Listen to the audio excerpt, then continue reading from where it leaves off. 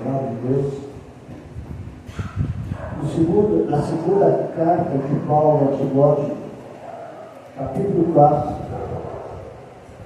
do verso de número 6 até o verso de número 8.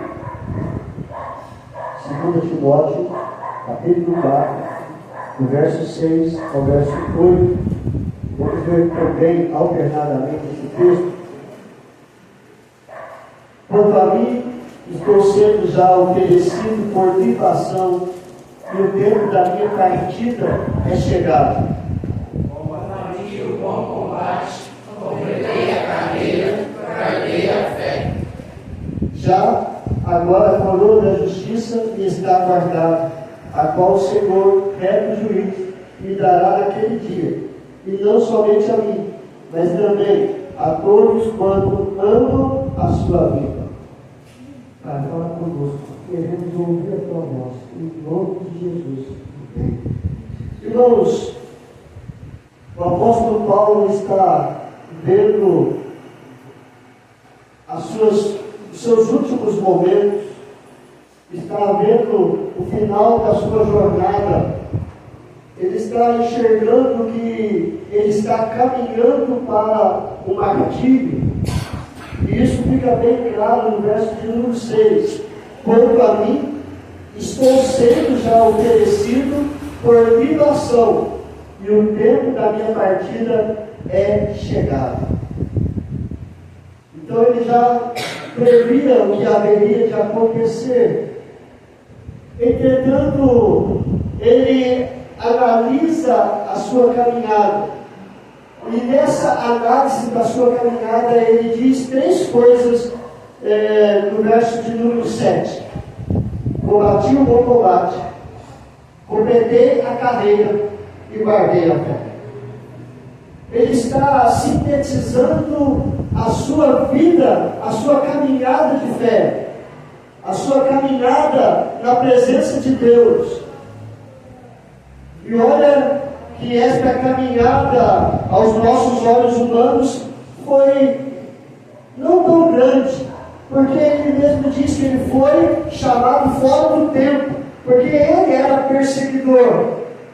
Mas a partir do momento que ele cai do cavalo, literalmente, quando Cristo põe o dedo no seu nariz e diz: você está me perseguindo, a partir daquele momento ele começa o combate.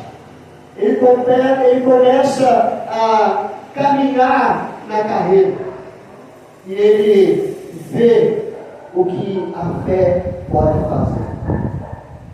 A vida de Paulo é um exemplo de um servo fiel ao Senhor. É um exemplo de um homem transformado pela graça, pela misericórdia, pela bondade, pela vontade, pelo poder do Senhor.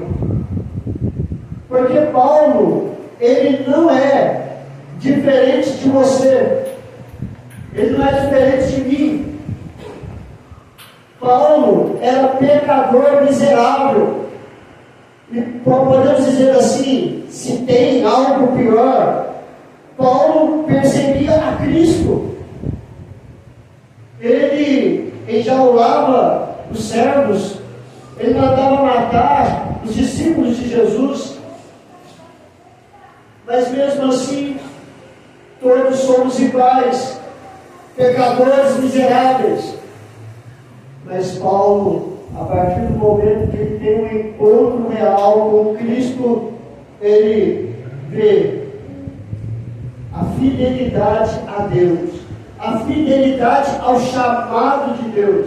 E eu já falei aqui várias vezes, e vou tornar a falar, para que os irmãos guardem bem isso. O chamado de Deus é chamado para ser santo, separado deste mundo, longe do pecado, para viver para a glória de Deus. O chamado é para viver em comunhão com a palavra e a comunhão com Deus, por meio do Espírito Santo que é derramado sobre nós. O chamado é também um chamado para levar, para testemunhar a Cristo, chamado a ser apóstolo, enviado a uma missão, e a nossa missão é fazer discípulos. Então Paulo, ele foi fiel ao seu chamado de santidade, chamado à comunhão, chamado a testemunhar a todas as nações, que era a prioridade de Paulo, levar o Evangelho aonde não era conhecido. Então a vida de Paulo é exemplo de um servo fiel. E eu coloquei uma frase aqui, para chamar a nossa atenção sobre a vida de Paulo. O legado de uma vida piedosa não é apenas sobre o que conquistamos ou o que Paulo conquistou, mas sobre como vivemos nossa fé e influenciamos aqueles que nos cercam, principalmente os não cristãos. Esse foi o legado de Paulo. Paulo, ele não conquistou uma vida próspera, ele não teve prosperidade. Ele diz nas suas cartas que ele sabia, ele aprendeu a viver contente com o que tinha e quando não tinha. Então ele estava sempre satisfeito, mas o que ele havia conquistado era aquilo pela qual ele foi conquistado, a influenciar vidas pelo Evangelho de Cristo. Então, irmão, nós vamos ver que na vida de Paulo, a importância de uma vida piedosa. Nós temos que viver uma vida piedosa. E para ter uma vida piedosa, é necessário, primeiro, combater o bom combate. Ele diz isso claramente: combati o bom combate. E aqui, Paulo não está se referindo a um combate físico, a uma luta, a uma guerra física, de reino contra reino, de reis contra reis, exército contra exércitos. Paulo está referindo aqui a uma batalha espiritual, e nós sofremos essa batalha espiritual. Paulo vivia essa batalha espiritual.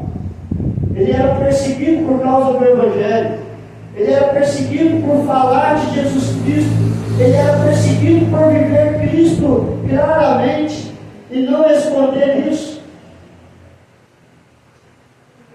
Então, se nós queremos viver uma vida piedosa, é necessário saber que nós temos batalhas espirituais. E eu vou listar algumas batalhas espirituais que nós temos. A primeira batalha que nós temos espiritual é em nossa casa. A primeira batalha espiritual que nós temos é a família.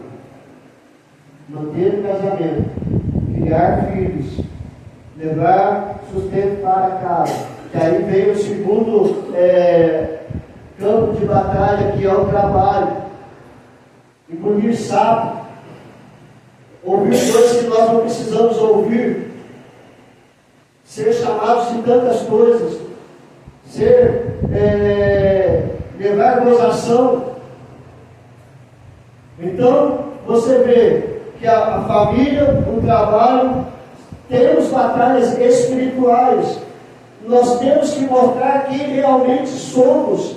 E para mostrar quem realmente somos, como cristãos, lavados e redimidos pelo sangue de Cristo Jesus, nós temos que ter uma vida piedosa. E viver uma vida piedosa é fazer discípulos. E para fazer discípulos, eu tenho que me tornar discípulo. E para me tornar discípulo, eu tenho que crer em Cristo Jesus, que é o autor e consumador da minha fé. Aí nós temos a batalha do lazer. Mas o lazer é só brincadeira, tudo. Quem joga futebol sabe que quando a pessoa vai com maldade ali no teu joelho, na tua canela, no teu tornozelo, e você quer levantar e fazer o mesmo, ou se não ir lá e dar uns bons murros nos olhos para revidar aquela afronta. Mas será que isso é a reação de um cristão no lazer? Então os outros tipos de lazer têm as suas adversidades também. No trânsito, as fechadas que nós levamos, as ultrapassagens ilegais que quase levam-nos a sofrer um acidente. Então nós temos batalhas espirituais e nós temos que combater o bom combate. E como que nós combatemos esse bom combate? Paulo mostra para nós que uma vida piedosa, ela exige coragem. Coragem para ser diferente, para fazer diferente, para fazer diferença. Nós precisamos de determinação. Eu tenho que dizer não para mim. Eu tenho que dizer não para algumas coisas. E para dizer não, eu tenho que ter determinação. Eu passei um vídeo que a Raquel passou para os jovens, o banco das decisões. Nós precisamos de ter determinação para deixar Deus tomar a direção da nossa vida, tomar a direção das nossas escolhas. Para ter uma vida piedosa e combater um bom combate, precisamos de fé. Precisamos de ter intimidade com Deus. Fé e intimidade com Deus significa confiança. O quanto eu confio em Deus. O quanto Paulo, a confiança dele era real. Que ele não se importava com as suas batalhas, mas ele tinha coragem, determinação e tinha vida com Deus. A vida de Paulo, a vida piedosa de Paulo é um exemplo para todos. Não é só um exemplo para todos, é recompensadora. Por que recompensadora? Porque quando nós combatemos o bom combate, o verso 8 é uma realidade na nossa vida. Já agora a coroa de justiça me está guardada, o qual o Senhor, o reto juiz, me dará naquele dia. Paulo tinha esta certeza. Por quê? Porque ele combateu o bom combate. Ele lutou com todas as suas forças, e as forças dele não eram deles. A alegria do Senhor é a nossa força. Ele tinha prazer em lutar em nome do Senhor. Nós temos que ter esse prazer de lutar em nome do Senhor. Mas uma vida piedosa, a importância de uma vida piedosa, é necessário completar a carreira. A vida cristã, irmãos, quando nós olhamos para o que Paulo está dizendo aqui, completar a carreira, é uma maratona, é uma corrida. E uma corrida, ela tem o começo, ela tem um meio e ela tem um fim. Não adianta você começar bem a sua corrida e no meio você desistir e você não chegar até o fim. Não adianta você ter um meio de corrida tão bom se o início foi horrível. Você também não vai chegar bem ao fim. Para termos completar a carreira, é necessário ter o início, o meio e o fim na presença do Senhor. Paulo, ele olha para o passado e ele vê o passado como uma aprendizagem para a vida dele. Agora ele diz: não olhando para as coisas antigas, eis que tudo se fez novo. Você vai me dizer: o meu começo foi horrível porque eu nasci assim, eu vivi assim. Deixe as coisas antigas para trás. Quando nós cremos em Cristo Jesus, temos uma nova vida, as coisas velhas ficaram para trás, tudo se faz novo. É isso que Paulo compartilha, completar a carreira. Ele não está preocupado com o passado, mas ele está preocupado com a vida que ele está vivendo naquele momento. Na nossa maratona, nós vamos ter momentos de lutas, de dificuldades que virão para provar a nossa fé, abalar a nossa confiança e tirar a nossa perseverança. Paulo passou por tudo isso, mas ele não desanimou, ele não desistiu, porque a esperança que ele tinha era muito maior. Porque quando ele começou a sua carreira em Cristo, o seu meio, a sua caminhada foi de dificuldades, mas ele encontrou no Senhor um estilo de vida. Para mim, o viver é Cristo e o morrer é lucro. Ele não se importava se ele fosse para a morte, o que importava para ele era viver Cristo Jesus. O meio da nossa vida deve ter uma constância, e a constância é Cristo. A perseverança é Cristo, para que possamos terminar bem, para chegar e dizer: completei a carreira, agora a coroa da justiça está me guardada. Queridos, a importância de uma vida piedosa é mostrar para nós que devemos ser pacientes na tribulação, fervorosos na oração, fiéis aos princípios divinos, fiéis à palavra de Deus. Fé, princípios divinos não se negocia, se vive. Pecado é pecado, e nós não podemos falar que não é pecado. Pecado sempre é pecado, sempre vai ser pecado, e nós temos que abandonar o pecado para vivermos uma vida de fidelidade e de piedade diante do Senhor. Não adianta você se vestir bonito, maravilhosamente bem, se você está podre por dentro por causa do pecado. Nós temos que começar bem, caminhar bem, para terminar bem na presença do Senhor. Nós temos exemplos bíblicos na Bíblia. É só você olhar os reis de Israel. Muitos começaram bem, mas terminaram mal. Por quê? Porque não tiveram constância na presença de Deus, não perseveraram, não completaram a carreira de fidelidade ao Senhor.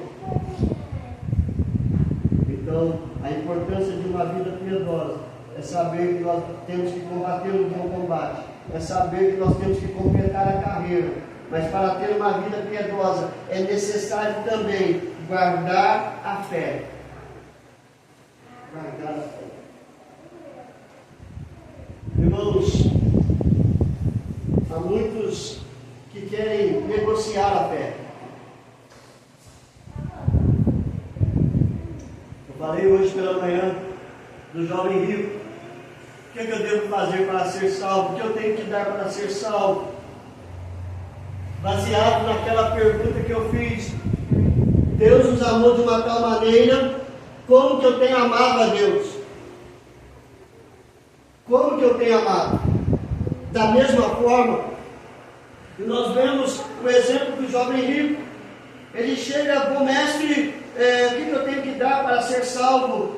E Jesus pergunta para ele: olha, você conhece os 10 mandamentos? Ele: conheço, estou no caminho certo, e desde a infância procuro observar.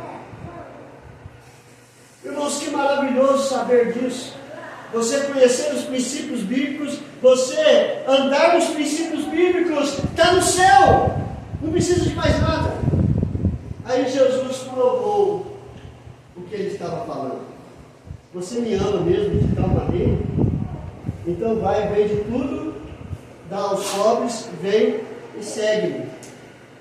Qual foi a atitude do jovem rico? Virou as costas e foi embora, porque ele amava mais as suas riquezas. Irmãos, guardar a fé é saber que o meu amor, a minha fé, estão firmados no Senhor, mesmo diante de tantas lutas, perseguições. Paulo não retrocedeu. Como diz Hebreus, nós não somos dos que retrocedem, mas somos daqueles que perseveram, que vão pela fé, de fé em fé. Então, guardar a fé significa que todas as situações que enfrentamos não são desculpas para desistir de Deus, para desistir da igreja, para desistir da palavra de Deus. Nada neste mundo é desculpa para você afastar-se de Deus. Seja marido, seja esposo, seja marido, seja namoro, seja trabalho, seja lazer, seja qualquer outra coisa. Nada é desculpa para você abandonar a sua fé. Mas nós abandonamos. Por quê? Porque é mais fácil. Nós abandonamos porque o mundo supre o vazio do meu coração. É por isso que nós abandonamos. Nós não guardamos a nossa fé. Queridos, enganoso é o teu coração. Nada que o mundo oferece é permanente. Tudo que Deus oferece é eterno. Então, se você está trocando o que é eterno por migalhas, você não está guardando a fé. E quero dizer o que a Bíblia diz: você é pior do que os descrentes. Você é pior do que aqueles que não creem. Porque você conhece a palavra da verdade, você conhece a Deus, e você tem abandonado a Deus por coisas prazerosas deste mundo. E queremos ter vida piedosa. Então Paulo nos ensina que nenhuma situação que nós enfrentamos, e Paulo passou perseguição, apedrejamento, açoitado, passou por naufrágios, nada fez com que Paulo desistisse da sua fé. Pelo contrário, guardou até a fé até o fim.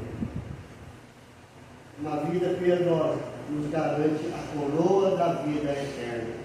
Não somente, ele diz isso, não somente a mim, Paulo, mas também a todos quanto amam a vida de Cristo Jesus. Amam a Cristo.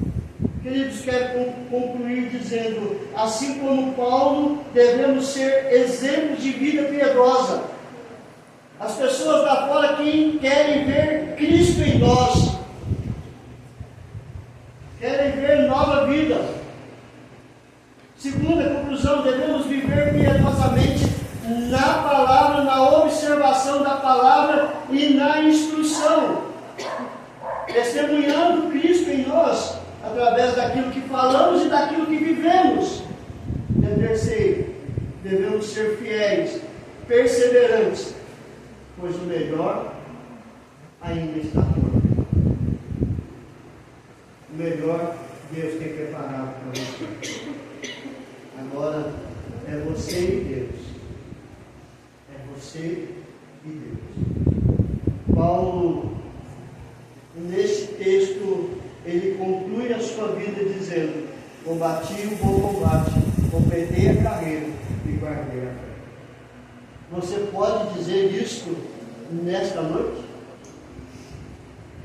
Senhor meu Deus, graças te damos, ó Pai, porque queremos ter uma vida transformada, não por igreja, não por pastor, mas queremos ser transformados por Cristo Jesus, porque Ele me amou de uma tal maneira e se entregou numa cruz para transformar a minha história, para mudar a minha vida, para mudar o meu caráter, assim como o Senhor mudou a vida de Paulo, transformou a vida de Paulo, restaurou a vida de Paulo. Eu não sei quantos estão dizendo esta noite: eu quero ser transformado. Ó Pai, faça isso. Derrama o teu Espírito Santo, produzindo vida, produzindo esperança, produzindo cura, libertação, ó Pai. Transformando, Senhor Deus, a nossa família, a nossa casa, o nosso casamento, transformando o nosso lazer, transformando a nossa área de trabalho, mas principalmente transformando o meu coração, o nosso coração, porque a transformação tem que começar em mim, Senhor, a começar, Senhor Deus, na minha história. Aplica esta palavra, Senhor Deus, em cada ouvinte, hoje e para todos sempre. Nós oramos, crendo em Cristo Jesus e em nome de Jesus. Amém e amém. Queridos, que Deus te abençoe, que Deus te fortaleça, que essa palavra possa ser uma realidade no teu coração. Antes de nós encerrarmos, nós, quarta-feira, no dia 31, teremos o nosso culto de passagem de ano. E teremos no culto de passagem do ano a nossa Santa Ceia, como nós fazemos todos os anos, um sinal de comunhão uns com os outros e na comunhão com Deus. Logo após o nosso culto, que vai começar às 10 horas da noite, nós teremos o nosso jantar de comunhão. Toda a igreja é convidada. Se você quer participar, procure a Janaína, procure a Débora ou a Adriana, ou me procure e fala: pastor, eu quero. Eu prefiro que você procure a Débora e a Janaína, que elas que estão elaborando ali como que vai ser. Cada um vai trazer um prato para compartilhar conosco. Então a melhor escolha é você escolher as mulheres, que as mulheres sabem melhor o que vai ser feito. Então procure elas para que possamos ter o nosso jantar. Há vaga ainda, né? Tem muito lugar no jantar. Então, se você não deu o seu nome, procure e dê o seu nome para juntos celebrarmos a passagem do ano e vivermos comunhão uns com os outros. Tem mais algum outro aviso? Não? A semana passada eu estive aqui falando um pouco sobre o projeto Natal Solidário. Os irmãos já viram nas redes sociais, mas eu quero agradecer, porque nós pedimos, nós temos que agradecer. Eu quero agradecer aos irmãos que se empenharam, que ajudaram a trazer os alimentos na cantata de Natal, que deram a sua oferta no Pix, né? Nós fizemos a cesta com muito amor e dedicação, entregamos as cestas e estava falando com o Adriano ontem, recebemos mais um pedido de uma cesta. Nós temos um dinheiro em caixa, amanhã eu já estarei lá comprando a cesta, estarei levando a cesta para esta família. Então, ao invés de ser 8, vão ser 9. 9 cestas que nós compartilhamos e abençoamos as famílias.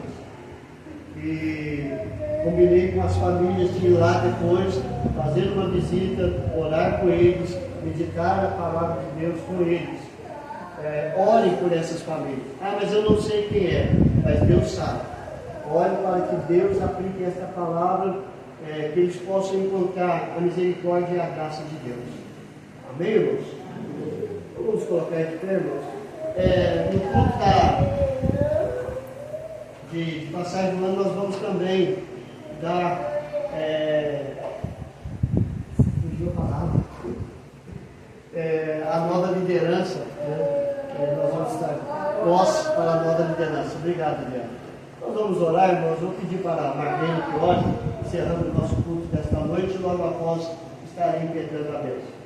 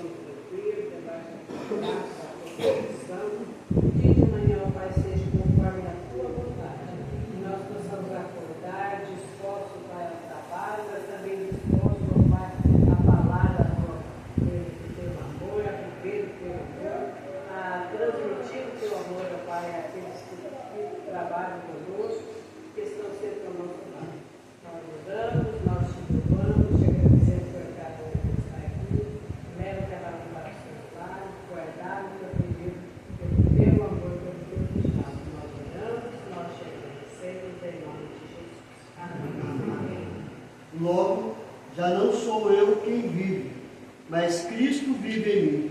E esse viver que agora tenho na carne, vivo pela fé no Filho de Deus, que me amou e a si mesmo se entregou por mim.